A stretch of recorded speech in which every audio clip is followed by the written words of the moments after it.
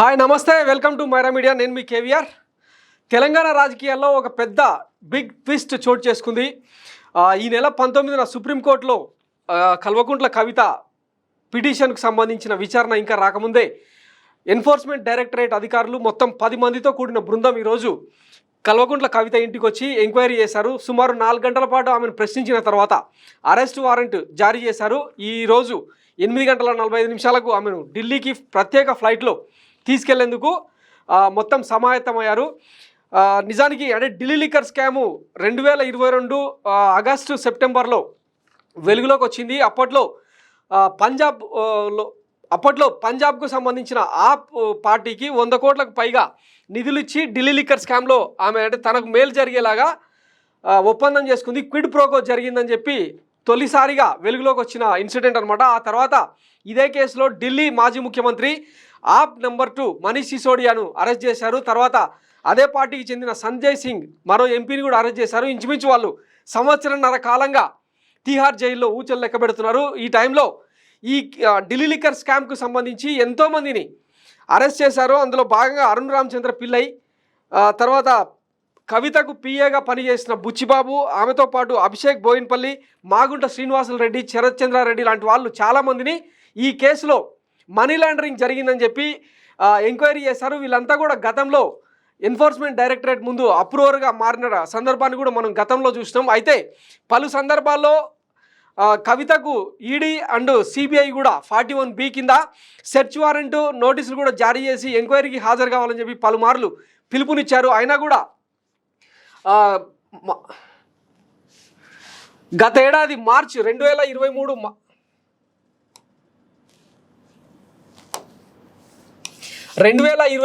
మార్చి 11న తొలిసారి ఆమె ఎన్ఫోర్స్మెంట్ డైరెక్టరేట్కు హాజరైంది. ఆ తర్వాత అదే నెల మార్చి 16న కూడా మరొకసారి హాజరైంది. ఆ తర్వాత 19వ తారీఖు కూడా 3 రోజుల పాటు హాజరైంది.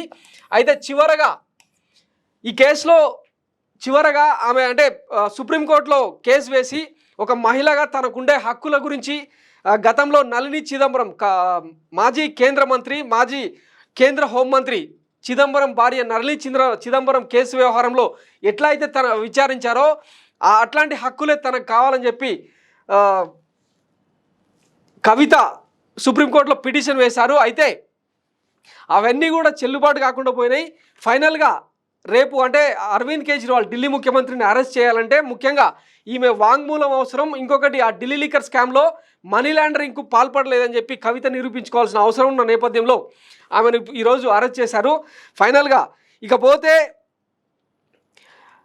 పిఎంఎల్ఏ యాక్ట్ అనేది ఎంత తీవ్రంగా ఉంటుంది, ఈ ఢిల్లీ లిక్కర్ స్కామ్లో మనీ లాండరింగ్ కేసు ఎంత తీవ్రంగా ఈడీ మోపింది అన్నది మనం కొంచెం డీటెయిల్గా మాట్లాడుకునే ప్రయత్నం చేద్దాం.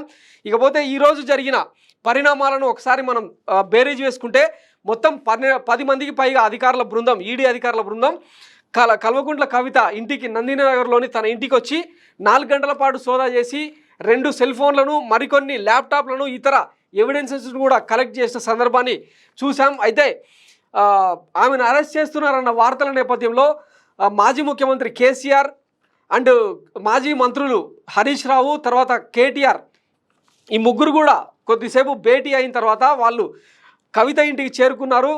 ముఖ్యంగా మాజీ మంత్రి హరీష్ రావు అండ్ కేటీఆర్ ఇద్దరు కూడా ఈ అరెస్టు అక్రమం, ఒకవైపు సుప్రీంకోర్టులో కేసు తీర్పు, ఇంకా బెయిల్కి సంబంధించి ఇంటరిమ్ బెయిల్కి సంబంధించి ఇంకా తీర్పు వాదనలు పూర్తి కాకుండానే అట్లా అరెస్ట్ చేస్తారని చెప్పి వాళ్ళు వాగ్వాదానికి కూడా దిగిన సందర్భాన్ని మనం చూసినాం. ఒకసారి ఆ విజువల్ చూసే ప్రయత్నం చేద్దాం.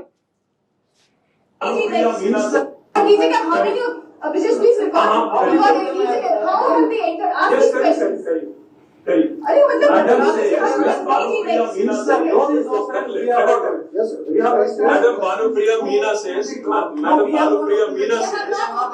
search is over and arrest warrant is produced. And now she says, hold on. And now she says, we can't come in. Family cannot come in. And she also says that she has no transit warrant. She cannot produce before a magistrate. But she wants to make a case. Listen, you're given an undertaking in Supreme Court, and now you're violating it. You're in serious trouble. You're in serious trouble. You have the legal remedy always available. I'm telling you, you have come here on a Friday. So Bhanupriya మిశ్రాతో KTR వాగ్వాదం జరుగుతున్న తీరుడు చూస్తున్నాం కదా. అంటే రూల్స్ను violate చేసి అట్లా ఎట్లా అరెస్ట్ చేస్తారని చెప్పి కేటీఆర్ మాజీ మంత్రి అడుగుతా ఉన్నారు. ట్రాన్సిట్ వారెంట్ లేకుండా ఎలా అరెస్ట్ చేస్తారంటూ ఇన్వెస్టిగేషన్ ఆఫీసర్ భానుప్రియ మిశ్రాను కేటీఆర్ ప్రశ్నిస్తున్నారు అనమాట. అరెస్ట్ చేయమంటూ సుప్రీంకోర్టుకు మాట ఇచ్చిన తర్వాత ఇప్పుడు ఎలా అరెస్ట్ చేస్తారన్న కేటీఆర్ సుప్రీంకోర్టులో చెప్పిన మాటను తప్పుతున్న మీ అధికారులు కోర్టు ద్వారా ఇబ్బందులు ఎదుర్కోవాల్సి వస్తుందని కేటీఆర్ హెచ్చరించారు. కావాలని శుక్రవారం వచ్చారన్న కేటీఆర్ సోదాలు ముగిసిన తర్వాత కూడా ఇంట్లోకి రావద్దంటూ హుకుం జారీ చేస్తున్న ఈడీ అధికారులపైన మండిపడ్డ కేటీఆర్ అంటూ ఈ వీడియో అనమాట. ఇకపోతే వాస్తవానికి అంటే కల్వకుంట్ల కవిత ఈడీ నోటీసులు వచ్చిన ప్రతిసారి ఏదో ఒక ధర్నా మరో ఏదో అంటే మహిళా బిల్లుకు సంబంధించి గతంలో ఆమె చేసిన డ్రామాలన్నీ కూడా ముగిసిపోయినాయి. ఈ నవ్వులిక ముగిసిపోయినాయి. ఇప్పుడప్పుడే ఆమె ఒకవేళ అరెస్ట్ కనుక జరిగితే ఇప్పుడప్పుడే ఆమె బయటికి రాదని చెప్పి ఇట్లాంటి వీడియోలు పెట్టి ట్రోల్ చేస్తూ ఉన్నారు. ఇకపోతే అసలు ఢిల్లీ లిక్కర్ స్కామ్ ఏంటి, దాని పరిణామ క్రమాలు ఏందనేది డీటెయిల్గా మాట్లాడుకునే ప్రయత్నం చేద్దాం.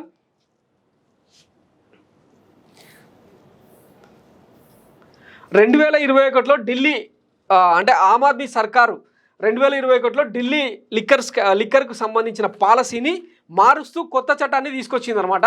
ఆ పాలసీలో అవకతవకలు జరిగాయనే ఆరోపణలు ఉన్నాయి. గతంలో ఢిల్లీ ప్రభుత్వ హయాంలో జరిగిన మద్యం అమ్మకాలను ప్రైవేట్ కంపెనీలకు దారాదత్తం చేస్తూ ఢిల్లీ ప్రభుత్వం పాలసీని మార్చేసి కొత్త లిక్కర్ పాలసీని తీసుకొచ్చింది. ఈ కొత్త లిక్కర్ పాలసీ కాస్త స్కామ్ వైపుకు దారితీసిందనే ఆరోపణల నేపథ్యంలో పలువురు రాజకీయ నేతలు అరెస్ట్ అయ్యారు. తాజాగా కవితను అరెస్ట్ చేసింది ఈడీ. కవిత ఇంట్లో 4 గంటలకు పైగా సోదాలు నిర్వహించిన అనంతరం ఆమెను అరెస్ట్ చేశారు పోలీసులు. ఢిల్లీ లిక్కర్ స్కామ్ ఎప్పుడు మొదలైంది అంటే ఢిల్లీలో ఉన్న మద్యం దుకాణాలకు సంబంధించి ముందుగా ఒక ఎక్స్పర్ట్ కమిటీని వేసిన ఢిల్లీ ప్రభుత్వం, ఢిల్లీ ఎక్సైజ్ కమిషన్ ఆధ్వర్యంలో 3 కమిటీ వేసిన ప్రభుత్వం, ఎక్స్పర్ట్ కమిటీ సిఫార్సులపై మళ్ళీ 3 మంత్రులతో కూడిన కమిటీ వేసిన ఢిల్లీ ప్రభుత్వం. చాలా కాలంగా ప్రభుత్వ హయాంలో ఉన్న రీటైల్ మద్యం దుకాణాల ప్రైవేటు వ్యక్తులకు అప్పజెప్పాలని నిర్ణయించిన ఢిల్లీ ప్రభుత్వం 2021 ఫిబ్రవరిలో మంత్రులతో కమిటీ వేసిన ఆమ్ ఆద్మీ సర్కారు నెల రోజుల్లో రిపోర్ట్ ఇచ్చిన మంత్రుల కమిటీ మార్చి 2021లో మంత్రుల కమిటీ సిఫార్సులను ఓకే చేసిన ఢిల్లీ కేబినెట్. ఢిల్లీ మద్యం అమ్మకాలు ప్రైవేటు వ్యక్తులకు అప్పగించాలని ప్రభుత్వం వేసిన కమిటీ సిఫార్సు చేసింది. ప్రైవేటు వ్యక్తులకు మద్యం షాపులు కేటాయించడం ద్వారా ప్రభుత్వ ఆదాయం 9,500 కోట్లు పెరుగుతుందని ప్రకటించిన ఢిల్లీ ప్రభుత్వం. ఢిల్లీ కేబినెట్ ఓకే చేసిన కొత్త లిక్కర్ పాలసీని ఢిల్లీ ఎల్జీ అంటే లెఫ్టినెంట్ గవర్నర్కు పంపిన ప్రభుత్వం దాదాపు 4 నెలలు పెండింగ్లో పెట్టిన తర్వాత 2021 నవంబర్లో కొత్త పాలసీకి ఓకే చెప్పిన ఢిల్లీ లెఫ్టినెంట్ గవర్నర్. అయితే కొత్తగా ఏర్పాటు చేయబోయే మద్యం దుకాణాలు ఢిల్లీ డెవలప్మెంట్ అథారిటీతో పాటు ఢిల్లీ మున్సిపల్ కార్పొరేషన్ అనుమతి తప్పనిసరని లెఫ్టినెంట్ గవర్నర్ మెలికపెట్టారు. కొత్త ఎక్సైజ్ పాలసీకి అనుగుణంగా ఢిల్లీలో తెరుచుకున్న 849 మద్యం దుకాణాలు కొత్త లిక్కర్ పాలసీ ద్వారా ధరల విషయంలో ప్రైవేటు వ్యాపారులు స్వేచ్ఛగా వ్యవహరించే అవకాశం, తెల్లవారుజామున 3 గంటల వరకు కూడా షాపులు తెరిచి ఉంచేందుకు వీలు కల్పించిన లిక్కర్ పాలసీ. కొత్త లిక్కర్ పాలసీ ద్వారా మద్యం హోమ్ డెలివరీ చేసేందుకు కూడా అవకాశం వచ్చింది. కొత్త చీఫ్ సెక్రటరీ రాకతో వెలుగులోకి వచ్చిన స్కామ్. 2022 ఏప్రిల్లో నరేష్ కుమార్ ఢిల్లీ చీఫ్ సెక్రటరీగా నియామకం. ఉద్యోగంలో చేరగానే లిక్కర్ పాలసీని క్షుణ్ణంగా స్టడీ చేసిన నరేష్ కుమార్ లిక్కర్ పాలసీ రూపకల్పనలో అవకతవకలు జరిగాయని, మద్యం దుకాణాల కేటాయింపులోనూ తప్పులు జరిగినట్లు గుర్తించిన చీఫ్ సెక్రటరీ కొత్త లిక్కర్ పాలసీ ద్వారా ప్రైవేటు వ్యక్తులకు లబ్ధి చేకూరేలా విధానపరమైన మార్పులు చేసినట్టు ఢిల్లీ సిఎస్ నివేదిక రూపొందించారు. ఢిల్లీ చీఫ్ సెక్రటరీ ఇచ్చిన నివేదిక ఆధారంగా లెఫ్టినెంట్ గవర్నర్ ఈ ఏడాది జూలైలో సిబిఐ విచారణకు ఆదేశించారు. ఒకవైపు చీఫ్ సెక్రటరీ నివేదిక రూపొందిస్తున్న సమయంలోనే లిక్కర్ పాలసీని రద్దు చేస్తున్నట్టు ప్రకటించిన ఢిల్లీ ప్రభుత్వం తాము ఆశించిన స్థాయిలో ప్రభుత్వ ఆదాయం పెరగడం లేదని, అందుకే కొత్త పాలసీని రద్దు చేస్తున్నట్టు ప్రకటించిన ఢిల్లీ ప్రభుత్వం తొలి త్రైమాసిక బడ్జెట్ అంచనాల కన్నా దాదాపు 35% తక్కువ ఆదాయం వచ్చినట్లు అసెంబ్లీలో ప్రకటించింది ఢిల్లీ ప్రభుత్వం. ఇందులో ఆరోపణలు ఏంటంటే మద్యం దుకాణాల కేటాయింపులో అవకతవకలు జరిగాయి. మద్యం దుకాణాల కేటాయింపులో నిబంధనలకు విరుద్ధంగా గుత్తాధిపత్యం కనిపించింది. మద్యం పాలసీలో మార్పులు చేస్తూ ఢిల్లీ ఉప ముఖ్యమంత్రి సిసోడియా ప్రభుత్వానికి 145 కోట్ల రూపాయల నష్టం చేశారు. మద్యం వ్యాపారులు ప్రభుత్వానికి కట్టాల్సిన 145 కోట్ల రూపాయలను కోవిడ్ పేరుతో ఏకపక్షంగా ప్రభుత్వం మాఫీ చేసింది. ప్రతి బీర్ కేసుకు ప్రభుత్వానికి చెల్లించాల్సిన ఇంపోర్ట్ డ్యూటీని ప్రభుత్వం మాఫీ చేసింది. L1 కేటగిరీ లైసెన్సుల జారీలో లంచాలు తీసుకుని పర్మిషన్లు ఇచ్చారు. ఢిల్లీ ఉప ముఖ్యమంత్రి మనీష్ సిసోడియా అనుచరుడు దినేష్ అరోరా కంపెనీకి ఒక మద్యం వ్యాపారి ₹1 కోటి తరలించినట్లు గుర్తించిన సిబిఐ రీటైల్ టెండర్లకు క్రెడిట్ నోట్లు జారీ చేయడం ద్వారా లంచాలు ఇచ్చినట్లు గుర్తించిన సిబిఐ. మనీష్ సిసోడియా అనుచరులు దినేష్ అరోరా, అమిత్ అరోరా, అర్జున్ పాండేలు ఈ కుంభకోణంలో కీలక పాత్ర పోషించినట్లు గుర్తించిన అధికారులు. ఇది ఢిల్లీ లిక్కర్ స్కామ్కు సంబంధించిన డీటెయిల్స్ సినారియో. ఇకపోతే ఢిల్లీ లిక్కర్ పాలసీకి కవితకి ఏం సంబంధం అంటే, గతంలో ఇంతకుముందు చెప్పిన కదా 2022 ఆగస్టు సెప్టెంబర్ టైంలో, అంటే పంజాబ్ ఎన్నికలు ముగిసిన తర్వాత ఆ ఎన్నికల్లో ఆప్కు మేలు జరిగేలాగా బీఆర్ఎస్ ప్రభుత్వం, బీఆర్ఎస్ పార్టీ సుఖాష్ చంద్రశేఖర్ అనే ఇప్పుడు ప్రస్తుతం జైల్లో ఉన్నాడు, అతని ద్వారా కల్వకుంట్ల కవిత గీ అనే ఒక కోడ్ వర్డ్ వాడి బ్లాక్ రేంజ్ రోవర్ కార్లో బీఆర్ఎస్ ఆఫీస్ దగ్గర కొన్ని కోట్ల రూపాయలను తానే అందించినట్లు ఈడీకి సుఖాష్ చంద్రశేఖర్ ఆల్రెడీ వెల్లడించాడు. ఆ తర్వాత ఇదే కేసులో, అంటే కల్వకుంట్ల కవితను టచ్ చేయకుండానే ఆమె పిఏ బుచ్చిబాబును అదుపులోకి తీసుకున్నది. ఇదే కేసులో అరుణ్ రామచంద్ర పిల్లైని ఎవరైతే కీలకంగా మధ్యవర్తిత్వం వహించారో అతన్ని అదుపులోకి తీసుకుంది. ఆ తర్వాత అభిషేక్ బోయిన్పల్లి ఈ కేసు మొత్తంలో, అంటే ఆ కవితకు సహకరించిన, ఈ కేసు వైపు టర్న్ చేసిన వ్యక్తి అభిషేక్ బోయిన్పల్లి అనమాట. వీళ్ళందరినీ కూడా అదుపులోకి తీసుకున్న తర్వాత అసలు మనీ లాండరింగ్ ఎట్టెట్లా జరిగింది, 100 కోట్ల రూపాయల ముడుపులు ఎలా చేతులు మారినాయి అన్నది మొత్తం ఈడీ క్షుణ్ణంగా పరిశీలించిన తర్వాత ఇవన్నీ అరెస్టుకు సిద్ధమైపోయిందనమాట. అయితే గతంలోనే 2023 మార్చి 11లోనే ఈమెకు నోటీసులు ఇచ్చి ఈడీ ఎంక్వైరీ కూడా చేసింది. అయితే ఈమె అనూహ్యంగా సుప్రీంకోర్టును ఆశ్రయించడం, న్యాయ నిపుణులు అంతా కూడా కలిసి కొన్ని, అంటే చట్టంలో ఉండే లూప్ హోల్స్ని పట్టుకొని నళిని చిదంబరం కేసుకు సంబంధించి సుప్రీంకోర్టులో వాదనను వినిపించిన నేపథ్యంలో మహిళగా తనకుండే హక్కులను కాపాడాలని సాయంత్రం 6 గంటల తర్వాత ఎంక్వైరీ చేయొద్దని చెప్పి సిఆర్పిసి సెక్షన్లను సుప్రీంకోర్టు ముందుంచిందనమాట.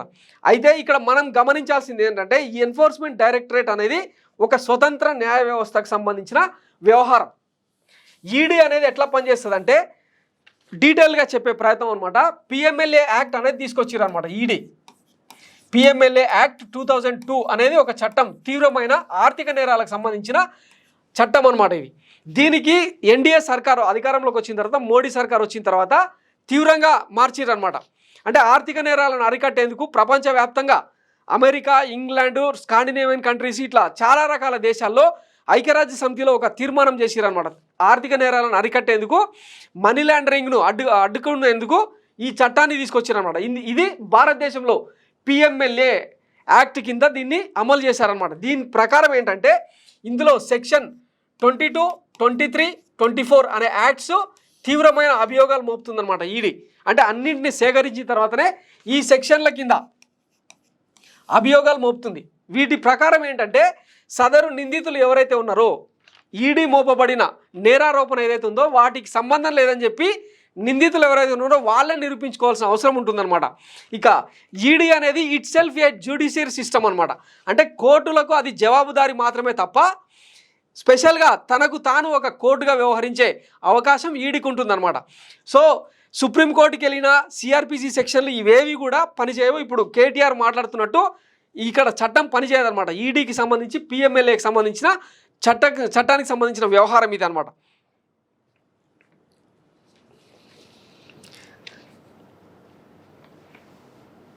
ఇక ఇందులోని సెక్షన్ 50 అనే మరో సెక్షన్ ఏంటంటే, ఈడీ ఇంతకుముందే చెప్పుకున్నాం కదా, ఈడీ మోపిన నేర అభియోగాలు ఏవైతే ఉన్నాయో వాటిని స్వయంగా నిందితులే తమకు దాంట్లో ప్రమేయం లేదని నిరూపించుకోవాల్సిన అవసరం ఉంటుందన్నమాట. ఇక ఈ కేసు ప్రకారం ఒకవేళ ఈ ఈడీ మోపిన నేరారోపణలు కనుక రుజువైతే 3 నుంచి 7 ఏళ్ల పాటు రిగరస్ పనిష్మెంట్, అంటే కఠినమైన శిక్షలు అమలు చేయాల్సి ఉంటుందన్నమాట. సో ఇందులో ఎట్టి పరిస్థితుల్లో వన్స్ కవిత కనుక అరెస్ట్ అయ్యి ఈడీ అదుపులోకి కనుక తీసుకుంటే బెయిల్ వచ్చే అవకాశం ఎట్టి పరిస్థితుల్లో లేదన్నది న్యాయ నిపుణులు చెప్పే మాట. ఇందులో దీనికి వీళ్ళు ప్రయోగించే సెక్షన్ ఏంటంటే, సెక్షన్ 45 ప్రకారం మొత్తం 3 చట్టాలు ఉంటాయి అన్నమాట. ఇందులో ఒకటి ఏంటంటే ఫ్లైట్ రిస్క్, పారిపోకుండా ఉండేందుకు దీన్ని చూపిస్తారనమాట. రెండోది ఎవిడెన్స్ ట్యాంపరింగ్,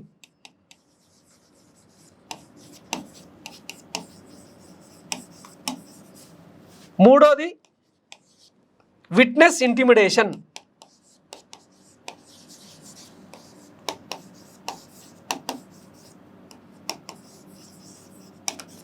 సో ఈ మూడింటిని ప్రయోగించడం వల్ల ఏమవుతుందంటే నిందితులకు అంత ఈజీగా బెయిల్ రాదు. వీటి ఉద్దేశం ఏంటంటే ఒకవేళ బెయిల్ ఇస్తే సుప్రీంకోర్టు అనుమతితోనో లేదంటే ఇంకా వేరే కోర్టుల అనుమతితోనో నిందితులకు బెయిల్ ఇస్తే ఫ్లైట్ రిస్క్ ఉంటుంది, అంటే పారిపోయే అవకాశం ఉంటుంది. విజయ్ మాల్యా, లలిత్ మోడీ లాంటి వాళ్ళ విషయంలో జరిగింది ఇదే అనమాట. ఇంకొకటి బయటకు వస్తే ఎవిడెన్స్ను కూడా ట్యాంపర్ చేసే అవకాశం ఉంటుంది కాబట్టి బెయిల్ ఇవ్వలేమని చెప్పి ఈడీ సుప్రీంకోర్టులో వాదించే అవకాశం ఉంటుంది. తర్వాత విట్నెస్ ఇంటిమిడేషన్, అంటే సాక్షులను ప్రభావితం చేసే అవకాశం కూడా ఉండొచ్చు ఈ కేసులో అని ఈడీ కనుక సుప్రీంకోర్టుతో వాదిస్తే బెయిల్ క్యాన్సిల్ అయ్యే అవకాశం ఉంటుందన్నమాట.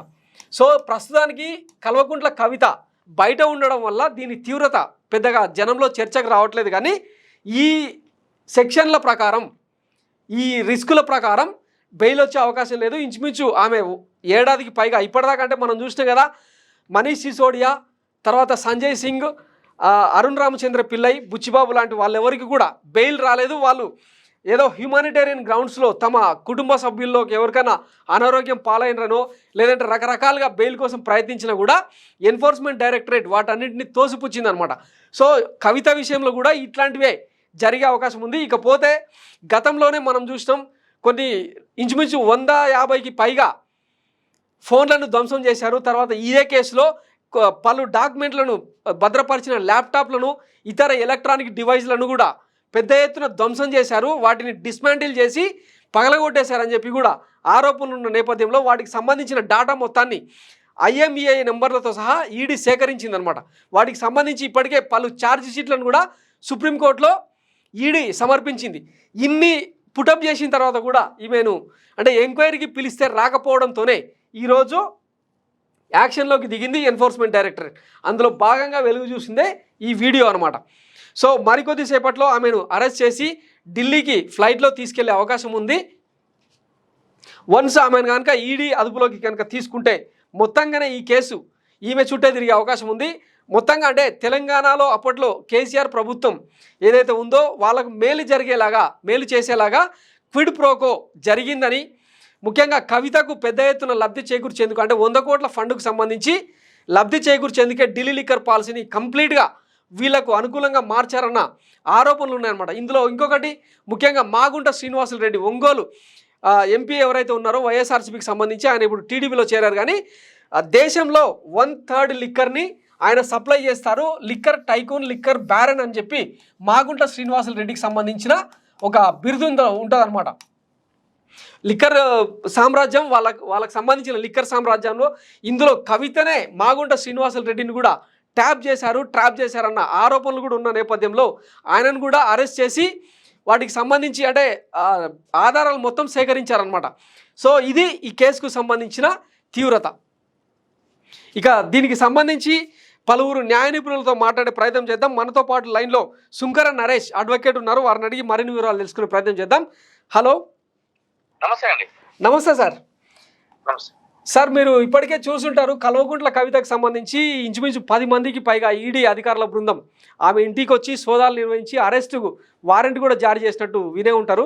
దీనికి సంబంధించి ఏం చెప్తారు సార్? అసలు చట్టం ఏం చెప్తుంది? ఆమెను అరెస్ట్ చేసే అవకాశం ఉందా? అయితే క్లియర్ గా ఈడీ అధికారులకి అరెస్ట్ చేసే అధికారం ఉందా అంటే గనక ఈ అధికారం ఉంది. అదే విధంగా సెర్చ్ చేసే అధికారం ఉంది, ప్రాపర్టీని సీజ్ చేసే అధికారం ఉంది. కానీ ఇది ఎప్పటి వరకు అని అంటే గనక ఇటువంటి విషయాలు కోర్టులకి వెళ్ళనంత వరకు కూడా. కానీ కవిత గారి విషయం మనం చూసుకున్నట్లయితే కనుక ఆవిడ గతంలోనే సుప్రీంకోర్టుని అప్రోచ్ అవడం జరిగింది. అప్రోచ్ అయిన క్రమంలోనే సెప్టెంబర్ నెలలో సాక్షాత్తు సుప్రీంకోర్టు ముందు సంబంధించిన ఈడీ అధికారులు చెప్పింది ఏంటి అని అంటే కనుక మేము కవిత గారిని ఈ కేసు తేలేంత వరకు అరెస్ట్ చెయ్యము, సమన్ చెయ్యము అని చెప్పి చెప్పడం జరిగింది. అకౌంటింగ్లీ సుప్రీంకోర్టు వారు అది రికార్డ్ చేసి ఆర్డర్ కూడా పాస్ చేయడం జరిగింది. ఆర్డర్ మొన్న ఫిబ్రవరిలో కేసు హీరింగ్ వచ్చినప్పుడు కూడా మళ్ళీ ఆర్డర్ ని ఎక్స్టెండ్ చేయడం జరిగింది. సో ఇక్కడ ఆ ఆర్డర్ ప్రొటెక్షన్ ఆర్డర్ ఉండగా కూడా ఈ రోజు ఆల్ ఆఫ్ సడన్ వచ్చి మళ్ళీ సమన్స్ అంటూ ఇదేదో ఈ రోజు మొదలయ్యిందో నిన్న మొదలైందో కాదండి. గత సంవత్సరం నుంచి కూడా జరుగుతున్న తతంగం ఇదంతా. కానీ ఈ రోజు ఏదో ఎలక్షన్స్ వస్తున్నాయి కాబట్టి ఇక్కడ పార్టీ ప్రభుత్వం పోయింది కాబట్టి కాబట్టి మనకేదో సానుభూతి కావాలి ప్రజల్లో, మనం ఒకటి కాదు అని చెప్పి ప్రూవ్ చేసుకోవాలి, మన చేతుల్లో అధికారాలు ఉన్నాయి కాబట్టి మనం ఏం చేసినా నడుస్తుంది అని చెప్పి ఇటువంటి ధోరణి కేంద్ర ప్రభుత్వ సంస్థలు రాజకీయాలకు అనుగుణంగా పనిచేయడం మాత్రం ఎట్టి పరిస్థితుల్లో కరెక్ట్ కాదు. అదే విధంగా ఒకవేళ అరెస్ట్ చేయాలన్నా కూడా పిఎంఎల్ఏ చట్టంలో సెక్షన్ 19 గానీ సెక్షన్ 50 గానీ క్లియర్ గా 2023లో పంకజ్ కేసులో సుప్రీంకోర్టు క్లియర్ గా చెప్పింది ఏంటి అని అంటే కనుక కేవలం సమనింగ్ చేసినప్పుడు దానికి రెస్పాండ్ అవ్వట్లేదు అనే కారణంతో అరెస్ట్ చేయడానికి ఈడీ అధికారులకి ఎటువంటి అధికారం లేదు. ఇది ఆర్టికల్ 22ని వైలేట్ చేస్తుంది. వాళ్ళు క్లియర్ గా ఇన్ రిటర్నింగ్ గా అరెస్ట్ చేయడానికి గల కారణాలు ఏంటో పొందుపరచాలి అని చెప్పి కూడా చెప్పడం జరిగిందండి. ఓకే సార్, అయితే జనరల్ గా సిఆర్పిసి అనేది పిఎంఎల్ఏ యాక్ట్ కు పనిచేయదు. దీని ప్రకారం అంటే వేరే సెక్షన్లు కూడా ప్రయోగించారు. గతంలో సిబిఐ 41B నోటీస్ కూడా జారీ చేసింది, ఆమె ఇంట్లో దర్యాప్తు కూడా చేసింది. మరి ఇవన్నీ వ్యాలిడ్ కాదంటారా? ఇప్పుడు సిఆర్పిసి పిఎంఎల్ఏ చట్టంలో అంటే prevention of money laundering act అంటే ఎన్ఫోర్స్మెంట్ డైరెక్టర్ గా పిలువబడుతున్న అధికారులు ఎవరైతే ఉన్నారో వాళ్ళు పిఎంఎల్ఏ చట్ట ప్రకారం నడుచుకోవాలి. పిఎంఎల్ఏ చట్టం ఒక ప్రత్యేకమైన చట్టం కాబట్టి దానికి సిఆర్పిసికి చట్టానికి చాలా ఫరక్ ఉంది. అసలు ఎటువంటి అప్లికబిలిటీ లేదు. అదే విధంగా సిబిఐకి సిఆర్పిసికి మాత్రము అనుబంధం ఉంది. సిబిఐ అధికారులు సిఆర్పిసిని అనుసరించి మాత్రమే వాళ్ళ యొక్క విధి విధానాలు ఉంటాయి. దట్ ఈస్ ద రీజన్ గతంలో కూడా సిబిఐ అధికారులు మా ముందు మీరు అప్పీల్ కాండి అని అన్నప్పుడు నేను రాలేను మీరే రండి అని చెప్పి సిబిఐ అధికారులకి కవిత గారు లెటర్ రాసినప్పుడు దాని సారాంశంలో అంటే సిఆర్పిసి 160లో సబ్ క్లాస్ 2లో ఏం చెప్తుంది అని అంటే కనుక 15 సంవత్సరాల లోపడే పిల్లలు గాని 65 సంవత్సరాలు పైబడిన వృద్ధులను గాని మహిళలు గాని ఇక్కడికి అంటే పోలీస్ స్టేషన్లు గాని వాటికి పిలవకూడదు. వాళ్ళు ఎక్కడైతే కోరుకుంటారో అక్కడ మాత్రమే విచారణ జరపాలి అని చెప్పి 160 సిఆర్పిసి చెప్తుంది. కాబట్టి దాన్ని అనుసరించి సిబిఐ అధికారులు కవిత గారి నుంచి వచ్చి స్టేట్మెంట్ తీసుకోవడం జరిగింది. But it comes to ED అంటే ఎన్ఫోర్స్మెంట్ డైరెక్టరేట్ సిఆర్పిసి అప్లికబుల్ కాదు. That is the reason. దాన్ని ఛాలెంజ్ చేయడానికి కారణం ఏంటంటే కనుక గతంలో నళిని చిదంబరం గారి విషయంలో కూడా ఈ విధంగానే ఈడీ అధికారులు ఇంటికి అక్కడికి రమ్మని చెప్పి ఇంటికి వెళ్లకుండా ఉండటం చేత ఆడవాళ్ళకి సిఆర్పిసి 160లో ప్రత్యేకమైన అధికారాలు ఉన్నాయి. అటువంటి అధికారాలే ఈడీ అధికారులకు కూడా ఫాలో కావాలి అని చెప్పి ఆవిడ గతంలో సుప్రీంకోర్టుకి వెళ్తే సుప్రీంకోర్టు ఆవిడకి అనుకూలంగా స్టే కూడా ఇవ్వడం జరిగింది. దాన్ని అనుసరించే ఇప్పుడు కవిత గారు కూడా సుప్రీంకోర్టులో కేసు వేయడం జరిగింది. Okay right sir. ఇప్పుడు అంటే కొన్ని నిమిషాల క్రితం కవితను అదుపులోకి తీసుకుని ఆమెను కార్ ఎక్కించి తీసుకెళ్తున్నారు. 8:45కి స్పెషల్ ఫ్లైట్ లో ఢిల్లీకి తీసుకెళ్తున్నారని కూడా వినే ఉంటారు. సో అంటే జరగబోయే పరిణామాలు ఏంటండి ఒకవేళ ఈడీ కనుక ఈ నేరారోపణలు కనుక ఖచ్చితంగా జరగబోయే పరిణామాలు ఏముంటాయండి? ఇప్పుడు ఆబ్వియస్లీ తీసుకెళ్ళి కోర్టు ముందు మెజిస్ట్రేట్ వారి ముందు ప్రొడ్యూస్ చేస్తారు. ప్రొడ్యూస్ చేసి జ్యుడిషియల్ రిమాండ్ కి పంపిస్తారు. దాని తర్వాత మాకు కస్టడీ కావాలంటారు. ఫర్దర్ గా మాకు ఈ యొక్క సో కాల్డ్ నేరస్తురాలుగా పిలువబడుతున్న వ్యక్తి ఎవరైతే ఉన్నారో లిక్కర్ స్కామ్ లో ఆవిడ దగ్గర నుంచి మాకు మరిన్ని డీటెయిల్స్ కావాలి, ఇన్ఫర్మేషన్ కావాలి కాబట్టి మాకు జ్యుడిషియల్ కస్టడీ కావాలంటారు. సో ఆబ్వియస్లీ ఆ జ్యుడిషియల్ కస్టడీ తోటి నార్మల్ గా కాలయాపన చేసుకుంటా ఉంటారు. ఈ లోపు ఎలక్షన్స్ కూడా అయిపోతా ఉంటాయి. ఇక అప్పుడు సంగతి దేవుడు అడగాలి. ఇక okay okay thank you very much sir. మీ అంటే వాల్యుబుల్ టైం మాకు ఇచ్చి ఇంత డీటెయిల్గా ఎక్స్ప్లెయిన్ చేసినందుకు ధన్యవాదాలు. Thank you sir. ఇంకొకరికి చేస్తావా? సో కొన్ని నిమిషాల క్రితమే కల్వకుంట్ల కవితను ఈడీ అధికారులు అంటే ఇద్దరు లేడీ కానిస్టేబుల్లతో ఎంక్వైరీ అధికారి భానుమతి మిశ్రా కూర్చొని కల్వకుంట్ల కవితను అదుపులోకి తీసుకొని ఆమెను ఫ్లైట్కి తీసుకెళ్లే ప్రయత్నం చేస్తున్నారు. సో దానికి సంబంధించిన విజువల్ అనమాట. ఒక ఉద్విగ్న క్షణాలు అన్నట్టు ఇక్కడ తన భర్త అనిల్ కుమార్తో ఆమె ఆలింగనం చేసుకొని ఢిల్లీకి బయలుదేరుతున్న విజువల్ అనమాట ఇది. సో మొత్తం మీద మళ్ళీ తిరిగి వస్తానో లేదో అన్న భయం కూడా తనలో కనిపిస్తున్నట్టు ఈ వీడియోలో మనం క్లియర్గా చూడొచ్చు. ఇంతకుముందే మనం చెప్పాం కదా పిఎంఎల్ఏ యాక్ట్ తీవ్రత అనేది చాలా ఎక్కువ ఉంటుంది. ఇంచుమించు 3 నుంచి 7 ఏళ్ల పాటు ఇందులో కనుక నేరాన్ని కనుక రుజువు అయితే 3 నుంచి 7 ఏళ్ల పాటు రిగరస్ పనిష్మెంట్ కూడా ఉండొచ్చు అన్నది న్యాయ నిపుణులు చెప్తున్న మాట. ఇకపోతే మనం ఇంతకుముందే మాట్లాడుకున్నాం పిఎంఎల్ఏ యాక్ట్ పలు సెక్షన్ల క్రింద ఏవైతే నేరాభియోగాలు మోపబడ్డాయో అవన్నీ కూడా నిందితురాలు ఎవరైతే ఉన్నారో కల్వకుంట్ల కవితనే. ఇందులో నాకు సంబంధం లేదని నిరూపించుకోవాల్సిన అవసరం తన మీద ఉంది. ఇప్పటికే సిబిఐ 3 సార్లు ఈడీ 5 సార్లకు పైగా ఆమెకు నోటీసులు ఇచ్చిన నేపథ్యంలో తను ఎంక్వైరీకి రాకపోగా పలు రకాల ఉద్యమాల పేరుతో ఆమె ల్యాబ్స్ అంటే టైం ల్యాబ్స్ చేస్తున్న నేపథ్యంలో తనను అంటే ఎన్ఫోర్స్మెంట్ డైరెక్టరేట్ అధికారులే తన ఇంటికి వచ్చి ఇట్లా అదుపులోకి తీసుకోవాల్సిన పరిస్థితి నెలకొందనమాట. సో దీనికి సంబంధించి బీఆర్ఎస్ నేతలు ఏం మాట్లాడతారన్నది రాబోయే రోజుల్లో చూద్దాం. మొత్తం మీద దీని వెనకాల ఒక పెద్ద పొలిటికల్ వెండెట్టా అంటే రాజకీయ కుట్ర ఉందని కూడా బీఆర్ఎస్ నేతలు ఇప్పటికే సోషల్ మీడియాలో మాట్లాడుతూ వస్తున్నారు. ఇకపోతే గత ఎన్నికల్లో అంటే తెలంగాణ ఎన్నికలకు ముందే కనుక కల్వకుంట్ల కవితను అరెస్ట్ చేసి ఉంటే బీజేపీ ఎంతో కొంత లబ్ధి పొంది ఉండేదన్న సమీకరణాలు కూడా అప్పట్లో వెలుగు చూసినాయి. అయితే తాను సుప్రీంకోర్టుకు వెళ్ళడంతోన అరెస్ట్ అనేది ఆగింది, అదుపులోకి తీసుకోవడం అనేది ఆగిపోయింది.